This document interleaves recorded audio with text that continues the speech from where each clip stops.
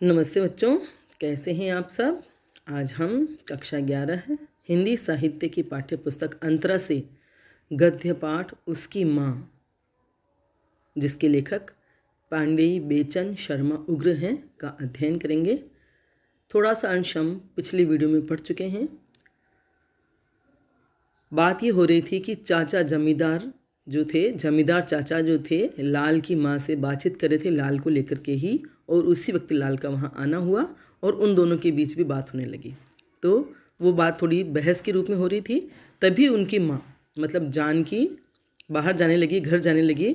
तो उसने कहा कि भाई अरे तू तो जमकर चाचा से जूझने लगा, वहाँ 4 बच्चे बेचारे दरवाजे पर खड़े होंगे, लड़ तू, मैं जाती हूँ। क्योंकि उसे ये तो एहसास हो गया कि थोड़ी बहस हो रही है, इसलिए उसने कहा कि तू चाचा से जूझने लगा, मतलब लड़ने लगा, मैं बच्चे बाहर खड़े हैं इसलिए मैं जाती हूँ, तू लड़, मैं जाती हूँ।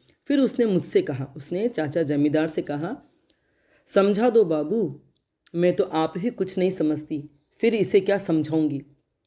तो वह बोली कि बाबू आप ही इसे समझा दो कि ये क्या कर रहा है, मुझे तो कुछ समझ में आता नहीं है, इसलिए मैं इसे क्या समझाऊंगी।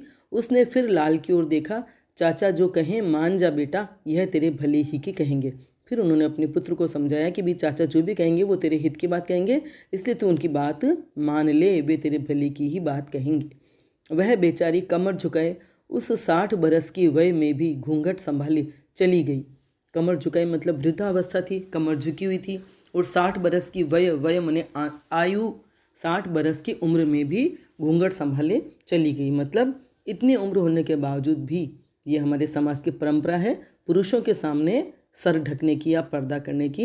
तो वह महिला जानकी जो उसकी माँ थी लाल की, 60 साल की उम्र थी, लेकिन फिर भी लेखक के सामने वह अपना सर ढक करके घूंघट संभालती हुई चली गई।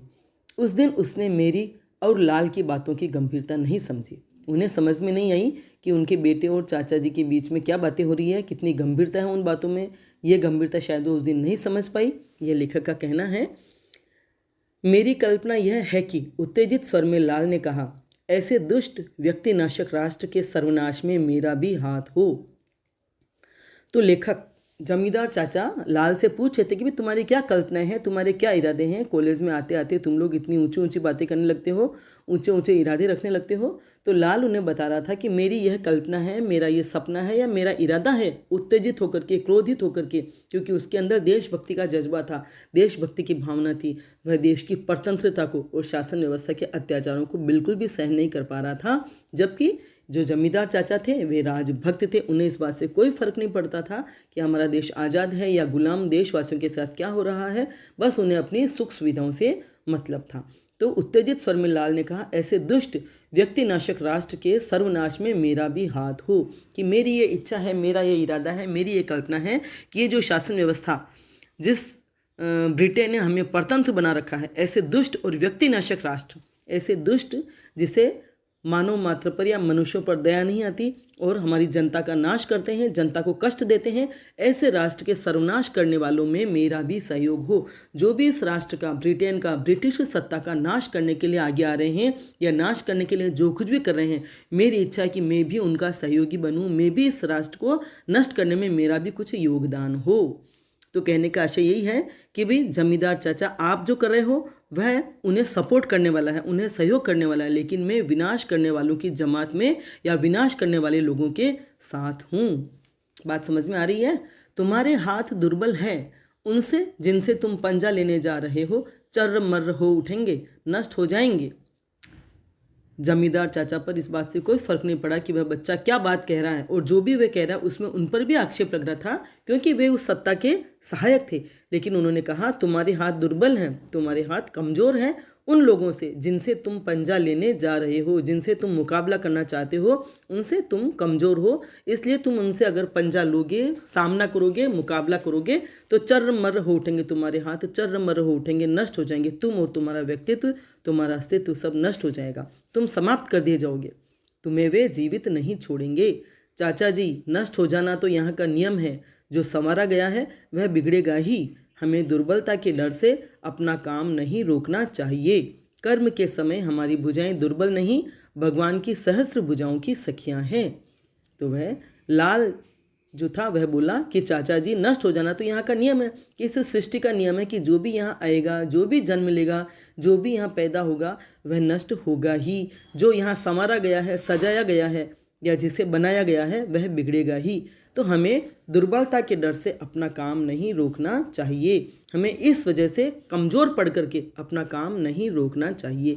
हम जो भी कर्म कर रहे हैं उसमें हमें लगे रहना चाहिए और काम करते समय हमारी भुजाएं दुर्बल नहीं होती। कोई भी अच्छा कार्य करते समय हमारी भुजाएं कमज़ोर नहीं होती, बल्कि सही काम करने में ईश्वर की शस्त्र भुजाएं भी साथ देती है, जुड़ जाती है। इसलिए हमें कोई भी सही कार्य करते समय डरना कतई नहीं चाहिए।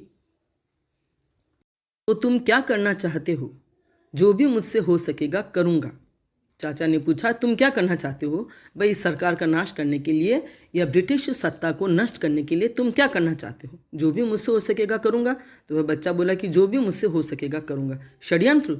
तो क्या षड्यंत्र करोगे? षड्यंत्र का मतलब होता है कुटिल चालें चलना, किसी के विरुद्ध, किसी को नष्ट करने के लिए या नुकसान पहुँचाने के लिए कुछ न कुछ ऐसी योजनाएं बनाना जो दूसरों की नज़र में गलत हो सकती है, गलत होती ही है। अगर किसी को नष्ट करने के लिए कुछ भी किया जाए, किसी के साथ धोखाधड़ी या बेईमानी करने के लिए जो भी योजनाएं बनाई जाती है और उससे उसको नुकसान पहुंचाया जाता है, वह षड्यंत्र कहा जाता है। तो यहाँ चूंकि देश के लिए, देश प्रेम में पढ़ करके वह बच्चा कुछ करता, तो उसे जो दूसरे व्यक्ति होंगे वो तो षड्यंत्र ही कहेंगे, लेकिन वह षड्यंत्र न कहला करके देशभक्ति, देश प्रेम कहलाएगा और देश को आज़ाद कराने का प्रयास कहलाएगा। तो लेखक ने पूछा, चाचा ने पूछा, षड्यंत्र?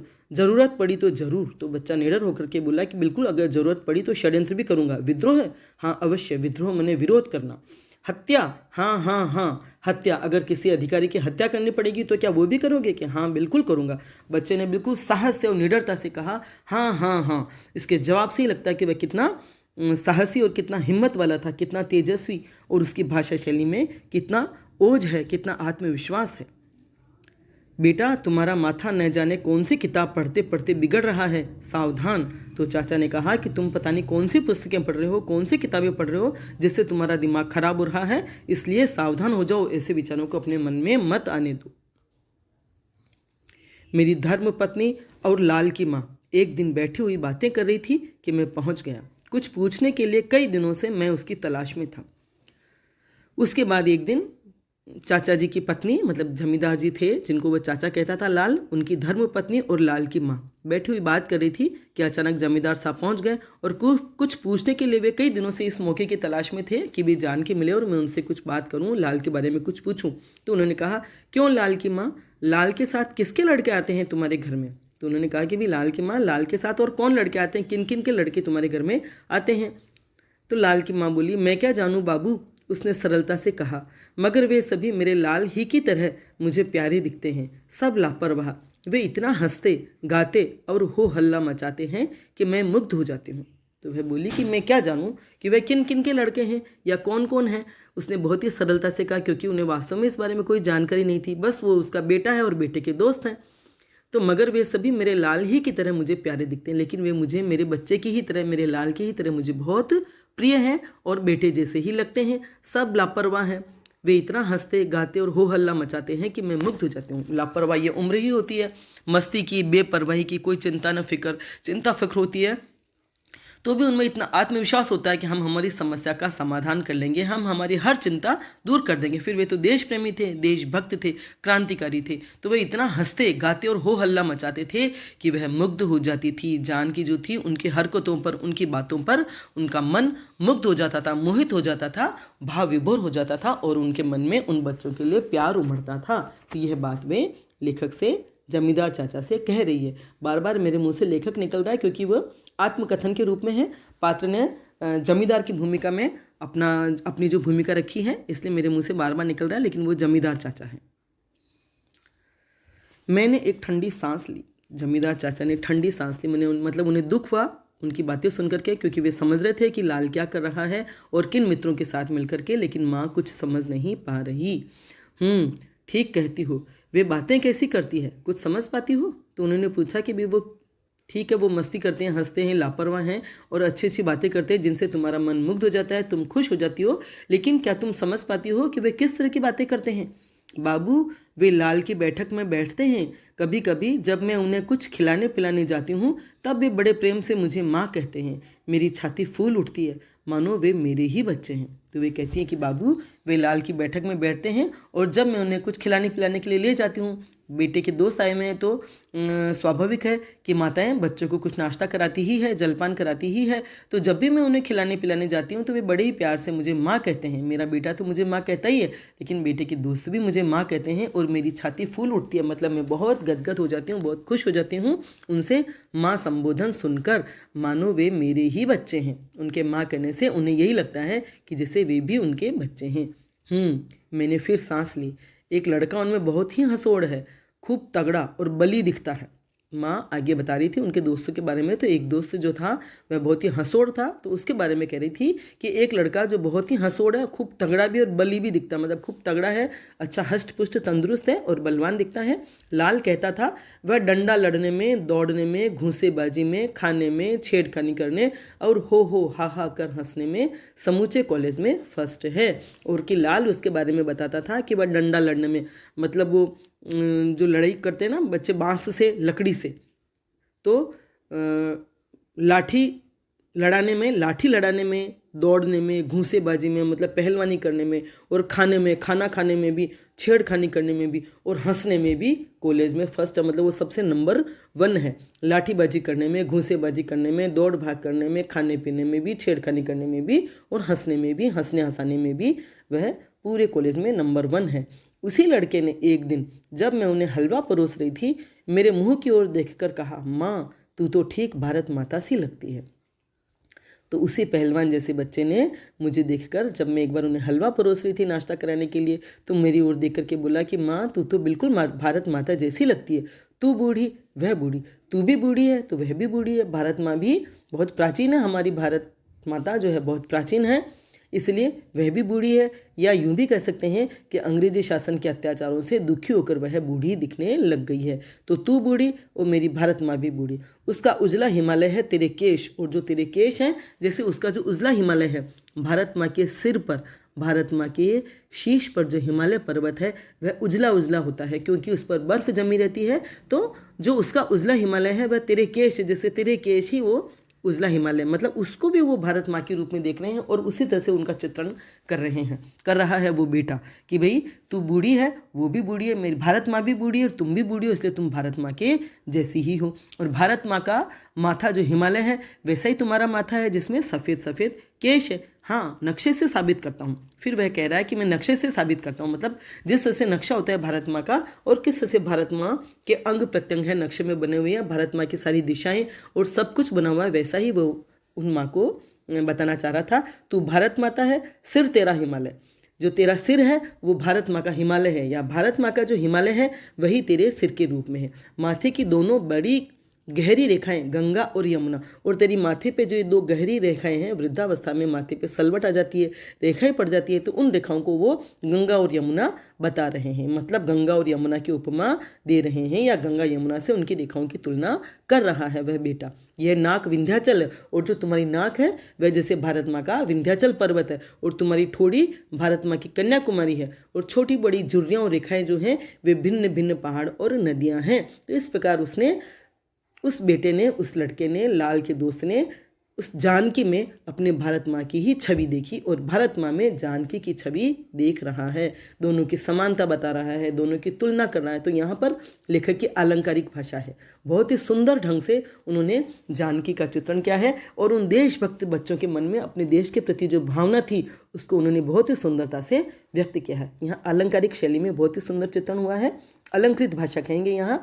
जरा पास आ मेरे, तेरे केशों को पीछे से आगे बाएं कंधे पर लहरा दूं, वह बर्मा बन जाएगा, बिना उसके भारत माता का श्रृंगार शुद्ध न होगा। तो सब कुछ तो उनको भारत माँ की तरह उस माँ में दिख रहा था, बस एक बर्मा की कमी थी। तो उसने कहा तू मेरे पास आ, तेरे केशों को मैं पीछे से आगे बाएं कंधे पर लहरा दूं तो वह बर्मा बन जाएगा। बर्मा जो भारत माँ की बाईं तरफ है वह नहीं दिख रहा है तुम्हारे शरीर पर, तो वो भी मैं बालों को आगे कर देता हूँ तो वो बर्मा दिख जाएगा, और उसके बिना भारत माता का श्रृंगार पूर्ण नहीं होगा, शुद्ध नहीं होगा। तो इस प्रकार उन बच्चों के दिमाग में हर वक्त भारत माता ही रहती है, उन्हें हर वक्त अपनी आंखों के सामने अपना देश ही दिखाई देता है, उनके दिल में दिमाग में हर वक्त देश ही बसा रहता है। तो देशभक्ति के तत्व उनमें कूट कूट कर भरे हुए हैं जो उनके मुंह से निकल रहे हैं। भारत माँ की छवि उनके हृदय में बसी हुई है।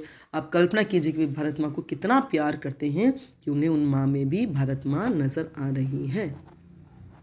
जान की उस लड़के की बातें सोच गदगद हो उठी। बाबू ऐसा ढीठ लड़का, मतलब जानकी उस लड़के की बातें सोच रही थी उस वक्त तो गदगद हो उठी, उसका दिल भाव विभोर हो गया, बहुत ही प्रसन्न हुई, पुलकित हुई और बोली कि बाबू ऐसा ढीठ लड़का कि वो उस लड़का इतना ढीठ है कि मुझे किस्से से वो भारत माँ मुझ में देख करके भारत माँ का सारा वर्णन वो कर रहा था। सारे बच्चे हंसते रहे और उसने मुझे पकड़ मेरे बालों को बाहर कर अपना बर्मा तैयार कर लिया। सभी बच्चे उसकी बातों पे हंस रहे थे, लेकिन उसने मुझे पकड़ा और मेरे बालों को आगे करके अपना बर्मा, जो उसके दिमाग में बर्मा था, वो उसने तैयार कर लिया। उसकी सरलता मेरी आंखों में आंसू बनकर छा गई। तो माँ ने जिस सरलता से उनकी बातें बताई कि भाई लेखक तो सत्ता विरोधी था, उसका बेटा सत्ता का नहीं, लेखक तो सत्ता का भक्त था और उसका बेटा उस सत्ता के विरुद्ध था, इस बात का शायद उन्हें एहसास नहीं था। मैंने ही पहले कहा था कि शायद माँ को भनक होगी, लेकिन इस बात से लेखक यही जाहिर कर रहे हैं कि उन्हें इस बात का कोई एहसास नहीं था। तो इसीलिए उन्होंने बड़ी ही सरलता से उनकी बातें लेखक के सामने रख दी, जमींदार के सामने रख दी। तो इससे जमींदार साहब को अपने आप महसूस हो गया कि लाल और उसके जो दोस्त हैं वे देशभक्त हैं, देश को प्रेम करते हैं, इसलिए सत्ता के विरुद्ध उनके मन में जरूर कुछ भाव होंगे और जरूर वे कुछ क्रियाकलाप करते होंगे। तो उसकी माँ ने जितनी सरलता से उसके बारे में सब कुछ बता दिया, वह सरलता उनकी आंखों में आंसू बनकर छा गई। उनके मन में लाल के लिए, जान के लिए बहुत ही प्रेम था, लेकिन उनकी जो गतिविधियां थी, जो क्रियाकलाप थी या जो बातचीत थी, इससे उन्हें जो संदेह हुआ, इस वजह से उनके दिल में दुख हुआ और आंखों में आंसू आ गए। मैंने पूछा, लाल की माँ और भी वे कुछ बातें करते हैं, लड़ने की, झगड़ने की, गोला गोली या बंदूक की? तो कि बच्चे सिर्फ बातें ही करते हैं या कुछ ऐसी और भी कुछ आगे, इससे आगे बढ़ करके भी कुछ बात करते हैं जिससे लेखक को, जिससे जमींदार चाचा को पता चल सके कि वे कुछ हरकतें या कुछ गतिविधियों में भी लिप्त है। इसलिए उन्होंने पूछा कि लाल की माँ वे और भी कुछ बातें करते हैं, लड़ने की, झगड़ने की, शायद कोई योजना बनाते हैं और उनके शब्द भी उसके कान में पड़ जाते हों, तो इसलिए उन्होंने उनको कुरेदा कि गोला गोलियां बंदूक की बातें भी करते हैं। अरे बाबू, उसने मुस्कुराकर कहा। तो वह सरल माँ जानकी मुस्कुराते हुए बोली, अरे बाबू, वे सभी बातें करते हैं, उनकी बातों का कोई मतलब थोड़ी ही होता है कि हाँ वे लड़ने झगड़ने की भी सभी तरह की बातें करते हैं, लेकिन उनकी बातों का कोई मतलब थोड़ी ही होता है। सब जवान हैं, लापरवाह हैं, जो मुंह में आता है बकते हैं। ये उम्र ही ऐसी है कि वे मस्ती में रहते हैं, मौज में रहते हैं, इसलिए जो भी उनके मन में आता है वे बक देते हैं। कभी कभी तो पागलों सी बातें करते हैं। महीना भर पहले एक दिन लड़के बहुत उत्तेजित थे, तो वह बताने लगी कि महीना भर पहले वे लड़के बहुत ही उत्तेजित थे कि हमेशा हंसते हुए बातें करते थे, खुशी की, हंसी खुशी की बातें करते थे, मौज मस्ती की बातें करते थे। लेकिन एक दिन माँ ने उन्हें उत्तेजना में या क्रोध में देखा, तो वे बताने लगी कि महीना भर पहले वे उत्तेजित थे, न जाने कहाँ लड़कों को सरकार पकड़ रही है, मालूम नहीं पकड़ती भी है या वे यूं ही गप हाँकते थे। मतलब उनकी बातों से उसे लगा कि भी न जाने कहीं लड़कों को सरकार पकड़ रही थी, मालूम नहीं पकड़ती भी है या यूं ही गप हाँकते थे। ये नहीं पता कि वे बच्चे जो बात कह रहे थे वो सही थी या यूं गप्पे लगा रहे थे कि भी सरकार वाकई लड़कों को पकड़ती है कि नहीं। मगर उस दिन वे यही बक रहे थे, मगर उस दिन वे यही बात कर रहे थे कि पुलिस वाले केवल संदेह पर भले आदमियों के बच्चों को त्रास देते हैं, मारते हैं, सताते हैं। यह अत्याचारी पुलिस की नीचता है। तो वह बताने लगी कि एक दिन वे कह रहे थे कि पुलिस वाले केवल संदेह पर, केवल शक के आधार पर भले आदमियों के, अच्छे आदमी के बच्चों को पकड़ते हैं, उन्हें तकलीफ देते हैं, मारते हैं, सताते हैं। यह अत्याचारी पुलिस की नीचता है। इस शासन की पुलिस भी बड़ी ही अत्याचारी है और नीच है। ऐसी नीच शासन प्रणाली को स्वीकार करना अपने धर्म को, कर्म को, आत्मा को, परमात्मा को भुलाना है, धीरे धीरे घुलाना और मिटाना है। और वे कह रहे थे कि ऐसी नीच शासन प्रणाली जो अपनी ही जनता पर अत्याचार करती है, उनको स्वीकार करना का मतलब है कि हम अपने धर्म को भूल रहे हैं, अपने कर्म को भूल रहे हैं कि हमें क्या करना चाहिए, इसका भी हमें कोई एहसास नहीं है, इसका भी हमें कोई होश नहीं है और हम अपने धर्म को भूल रहे हैं। अगर ऐसी अत्याचारी शासन प्रणाली को हम स्वीकार करते हैं और उसका सहयोग करते हैं, हम चुप रहते हैं, तो इसका मतलब कि हम अपने धर्म को भूल रहे हैं और अपने कर्म के औचित्य को भूल रहे हैं और अपनी आत्मा को, परमात्मा को भी भुला रहे हैं। हमें न अपनी आत्मा का होश है, न परमात्मा का होश है। धीरे धीरे घुलाना और मिटाना है, धीरे धीरे सब कुछ मिटा देना है। अगर हम इस शासन व्यवस्था का सहयोग करते रहेंगे, इसका विरोध नहीं करेंगे, तो इसका मतलब है कि धीरे धीरे सब कुछ मिट जाएगा। एक ने उत्तेजित भाव से कहा, अजी ये परदेसी कौन लगते हैं हमारे, जो बरबस राजभक्ति बनाए रखने के लिए हमारी छाती पर तोप का मुँह लगाए अड़े और खड़े हैं। तो एक ने और उत्तेजित भाव से कहा, वही क्रोधित होकर के आवेश में, कि अजी ये परदेसी कौन लगते हैं हमारे, ये जो ब्रिटेन के लोग, ये जो ब्रिटिश सत्ता हमारे देश में शासन कर रही है, ये परदेसी है, ये हमारे कौन लगते हैं, जो बरबस राजभक्ति बनाए रखने के लिए हमारी छाती पर तोप का मुँह लगाए अड़े और खड़े हैं, जो जबरदस्ती, बरबस माने जबरदस्ती, हमें उस सत्ता का भक्त बनाए रखने के लिए हमारी छाती पर तोप का मुंह लगाए अड़े हैं और खड़े हैं। मतलब हम पर अत्याचार करने के लिए तत्पर रहते हैं, बंदूक चलाने के लिए, गोली चलाने के लिए, या हम पर प्रहार करने के लिए हर वक्त तैयार खड़े रहते हैं। इस देश के लोगों के हिये की आंखें मुंद गई है। बच्चे बात कर रहे थे आपस में, तो वो बातें वो बता रही है कि उफ, इस देश के लोगों की हिये की आंखें मुंद गई है। और वह कह रहा है उसका मित्र कि इस देश के लोगों के हृदय की आंखें बंद हो गई है। मतलब हृदय में कुछ रहा ही नहीं है, कोई संवेदनशीलता, कोई सोच, कोई बुद्धि, कुछ विचार रहा ही नहीं है कि यह सरकार, यह सत्ता हम पर कितना अत्याचार करती है, अत्याचार करने के लिए तत्पर रहती है, लेकिन कोई विरोध नहीं करता और उसको सहन किया जा रहा है। तभी तो इतने जुल्मों पर भी आदमी आदमी से डरता है, और इसीलिए वे जुल्म पर जुल्म की जाती है। हर आदमी आदमी से डरता है, हर आदमी, मतलब हम जनता ही है इस देश की, लेकिन हम ही एक दूसरे से डरते हैं, क्योंकि हम ही लोगों में से कोई उनका विद्रोह करने वाले हैं, तो कोई उनकी भक्ति करने वाले हैं, कोई उनको मानने वाले हैं। तो जो मानेंगे वो विरोध करने वालों से डरेंगे, विरोध करने वाले तो किसी से नहीं डरते, लेकिन जो सत्ता का विरोध करते हैं उन लोगों से वे लोग डरते हैं जो सत्ता के पक्ष में हैं, क्योंकि सरकार उन पर भी इल्ज़ाम लगा सकती है कि तुम उनके साथ हो। ये लोग शरीर की रक्षा के लिए अपनी अपनी आत्मा की चिता संवारते फिरते हैं। नाश हो इस परतंत्रवाद का। लेखक की भाषा शैली कितनी अच्छी है, बिल्कुल भावों के अनुकूल, अपने भावों को व्यक्त करने में सक्षम, कि ये लोग शरीर की रक्षा के लिए, मतलब गुलामी का जीवन जी रहे हैं और केवल अपने शरीर की सुरक्षा चाहते हैं, अपने शरीर की रक्षा के लिए अपनी आत्मा की चिता, मतलब अपनी आत्मा का नाश कर रहे हैं। मतलब आत्मसम्मान उनको इतना प्यारा नहीं है जितना इस शरीर का सुख प्यारा है, कि अपने इस शारीरिक सुखों के लिए, आर्थिक सुखों के लिए, सुविधाओं के लिए अपनी आत्मा का हनन कर रहे हैं, अपनी आत्मा का पतन कर रहे हैं और अपने आत्मसम्मान को नष्ट कर रहे हैं। कितनी सुंदर पंक्ति है कि शरीर की रक्षा के लिए अपनी अपनी आत्मा की चिता संवारते फिरते हैं। मतलब आत्मा नष्ट हो जाए, उनकी आत्मा नष्ट हो रही है, लेकिन वे शरीर को नष्ट नहीं होने देना चाहते, जबकि शरीर तो नश्वर है, वो तो नष्ट हो ही जाएगा। इन बच्चों में यही भावना थी, जैसा कि उसने कहा था पहले कि जो संवारा गया है वह बिगड़ेगा ही। तो जिसे हम संवार रहे हैं, चाहे शरीर को, चाहे जीवन को, हम जैसे भी संवारें, एक दिन तो नष्ट होना ही है। तो हम अपनी आत्मा को जागृत रखें, आत्मा को चेतन रखें, आत्मसम्मान को बनाए रखें, यह ज़्यादा जरूरी है। और इसके लिए हमारा आज़ाद होना और आज़ाद रहना जरूरी है। नाश हो इस परतंत्रवाद का। तो जिन्होंने सब कुछ मटियामेट कर दिया, लोगों के आत्मसम्मान को नष्ट कर दिया, ऐसे परतंत्रवाद का विनाश हो। दूसरे ने कहा, लोग ज्ञान न पा सकें, इसलिए इस सरकार ने हमारे पढ़ने लिखने के साधनों को अज्ञान से भर रखा है। बिल्कुल सही है। ब्रिटिश सत्ता ने ऐसी पुस्तकें, ऐसी शिक्षा प्रणाली और ऐसी पाठ्य पुस्तकें लागू कर रखी थी कि जिससे ऐसा कोई ज्ञान न मिले इस देश के नागरिकों को, युवाओं को, कि वे स्वतंत्र होने के लिए उनके मन में स्वतंत्रता की चिंगारी जल सके। अज्ञानी बना दिया उनको, गुलाम मानसिकता का उनको बना दिया। मतलब पुस्तकों में ऐसा ज्ञान होता है कि जिसे पढ़ करके हमारी आत्मा जागृत होती है, हमारी चेतना जागृत होती है, हम वस्तु स्थिति का आभास कर पाते हैं, समझ पाते हैं और जीवन में आगे बढ़ पाते हैं। लेकिन उन्होंने तो जीवन को जड़ बना देने जैसी शिक्षा पद्धति और पाठ्य पुस्तकों में वैसा ही अज्ञान भर रखा है। लोग वीर और स्वाधीन न हो सके, इसलिए अपमानजनक और मनुष्यताहीन नीति मर्दक कानून घड़े हैं। वीर मतलब लोगों में साहस न जाग सके, उनके अंदर वीरता की भावना न पैदा हो सके और न वे स्वाधीन हो सके। मतलब न तो वे स्वाधीन हो सके, न उनमें वीरता और साहस की भावना पैदा हो सके।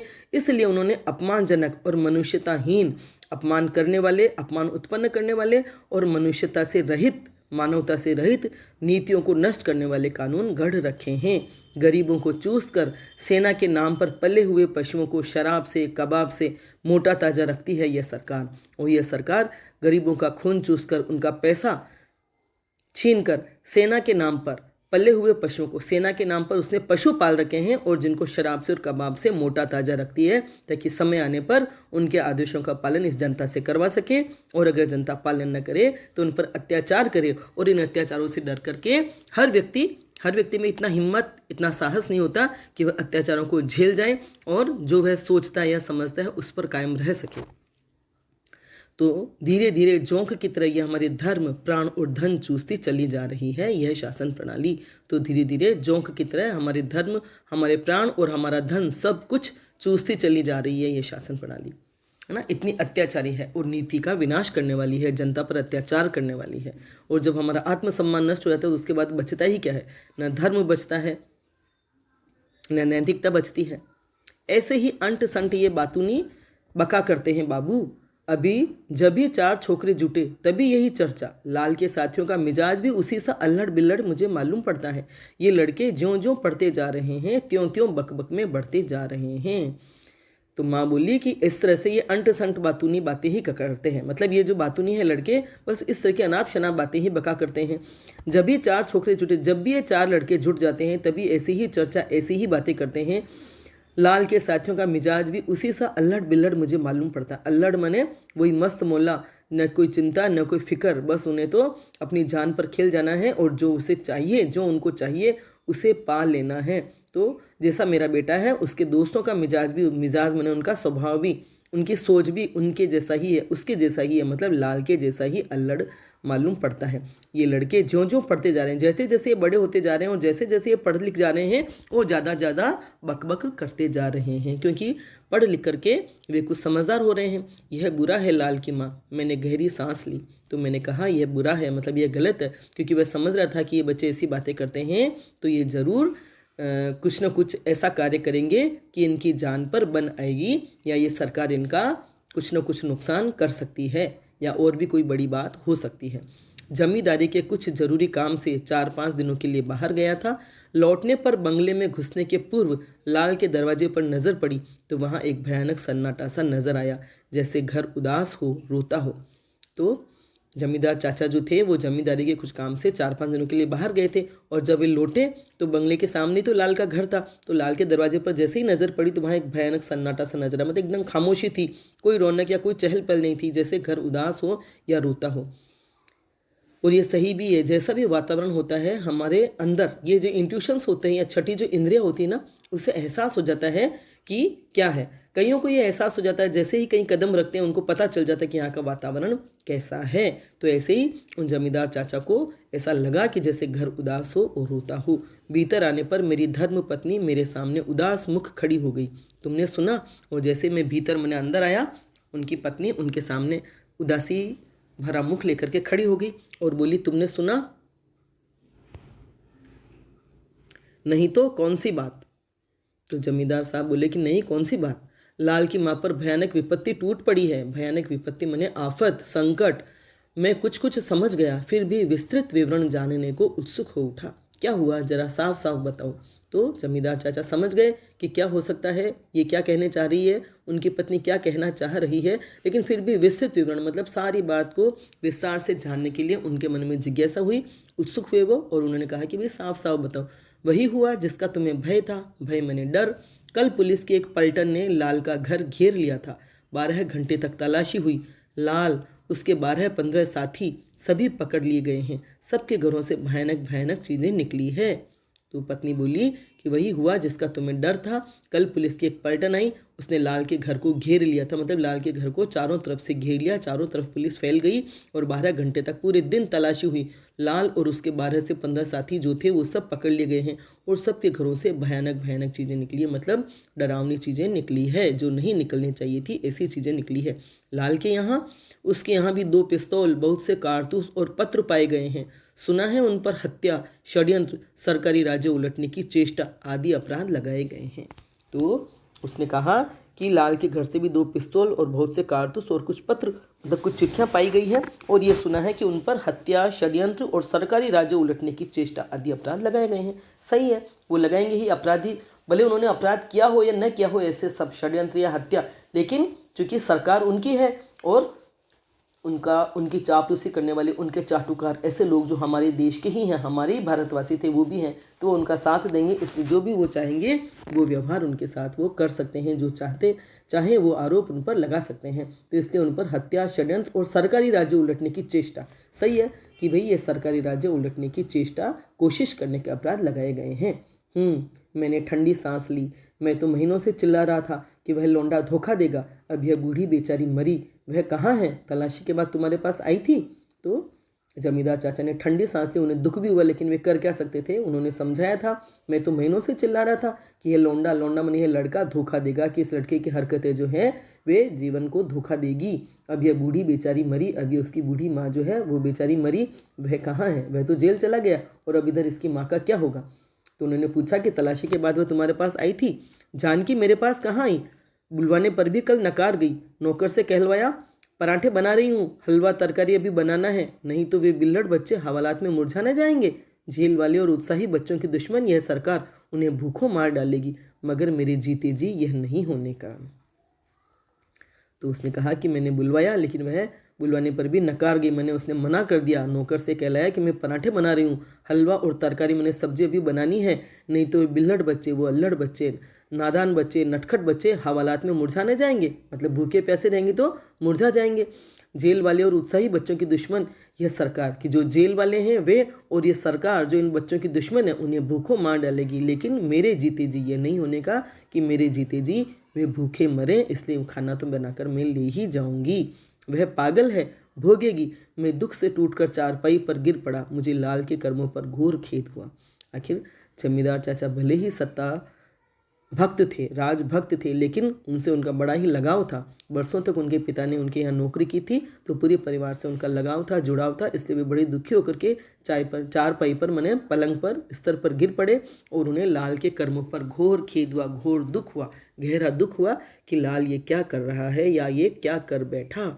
इसके बाद प्रायः 1 वर्ष तक वह मुकदमा चला, और उसके बाद साल भर तक वह मुकदमा चलता रहा उनके ऊपर। कोई भी अदालत के कागज़ उलट कर देख सकता है, सीआईडी ने और उनके प्रमुख सरकारी वकील ने उन लड़कों पर बड़े बड़े दोषारोपण किए। जो मुकदमा चला, अगर उन मुकदमे के कागजात देखें तो उस पर सीआईडी ने और उनके जो प्रमुख सरकारी वकील थे, उन्होंने लड़कों पर बड़े बड़े दोष लगाए थे, इल्ज़ाम लगाए थे। उन्होंने चारों ओर गुप्त समितियां कायम की थी। क्या इल्ज़ाम लगाए थे? कि उन्होंने चारों ओर गुप्त समितियां, जो गुप्त रूप से चुपचाप चुपके से काम करती है, ऐसी समितियां कायम की थी। मतलब दो चार मित्रों की ऐसी समितियां बनाई जो सब खोज खबर लेती होंगी और योजनाएं बनाती होंगी। खर्चे और प्रचार के लिए डाके डाले थे। सरकारी अधिकारियों के यहाँ रात में छापा मारकर शस्त्र एकत्र किए थे। मतलब उन्होंने अपने खर्चे निकालने के लिए, प्रचार के लिए डाके डाले थे, और सरकारी अधिकारियों के यहाँ रातों में छापे मारकर शस्त्र एकत्र किए थे, इकट्ठे किए थे। उन्होंने न जाने किस पुलिस के दरोगा को भी मारा था, और न जाने कहाँ, न जाने किस पुलिस सुपरिंटेंडेंट को। ये सभी बातें सरकार की ओर से प्रमाणित की गई। अब इन इल्जामों में सच्चाई थी या न थी, लेकिन ये सब सरकार ने प्रमाणित की कि उन्होंने ऐसे ऐसे अपराध किए थे, क्योंकि वे देशभक्त थे, क्रांतिकारी थे, उस सत्ता के विद्रोही थे। तो उन पर ये इल्ज़ाम तो लगा नहीं है, क्योंकि वो ऐसे इल्ज़ाम लगा करके तो उन्हें जेल में बंद रख सकती थी, ताकि वे बाहर ऐसी गतिविधियां न कर सके। उस समय सभी देशभक्तों के लिए, क्रांतिकारियों के साथ यही होता था। वे करते तो थे, उनकी सत्ता का विरोध करते थे और कुछ न कुछ हरकतें करते थे, लेकिन जैसे ही वो पकड़ में आते, उन पर बड़े बड़े इल्ज़ाम लगा करके उन्हें जेल में ही बंद कर दिया जाता था, और फिर बाहर निकलने के उनके बिल्कुल भी अवसर नहीं बचते थे। ये सभी हुआ हमारे देशभक्तों के साथ, क्रांतिकारियों के साथ। लेकिन आज हम आज़ाद हो गए हैं, और आज़ाद भारत की दशा भी शायद उस समय से कोई ज़्यादा अलग नहीं है, क्योंकि आज भी कई लोगों की मानसिकता केवल सरकार की चाटुकारिता करने की होती है। सही को सही, गलत को गलत नहीं कहते। भ्रष्टाचार चारों तरफ व्याप्त है, धोखाधड़ी, बेईमानी, और ये सब चीज़ें, बस सरकार बदली है, सत्ता बदली है, लेकिन लोगों की मानसिकता वही है। ठीक है, आज हम इतना ही पढ़ेंगे। मेरा वीडियो पसंद आया हो तो लाइक करें, अपने फ्रेंड्स के साथ शेयर करें, मेरे चैनल को सब्सक्राइब करें, बेल आइकन भी अवश्य टच करें, ताकि जो भी वीडियो मैं बनाऊंगी उसकी सूचना आपको तत्काल मिल जाएगी।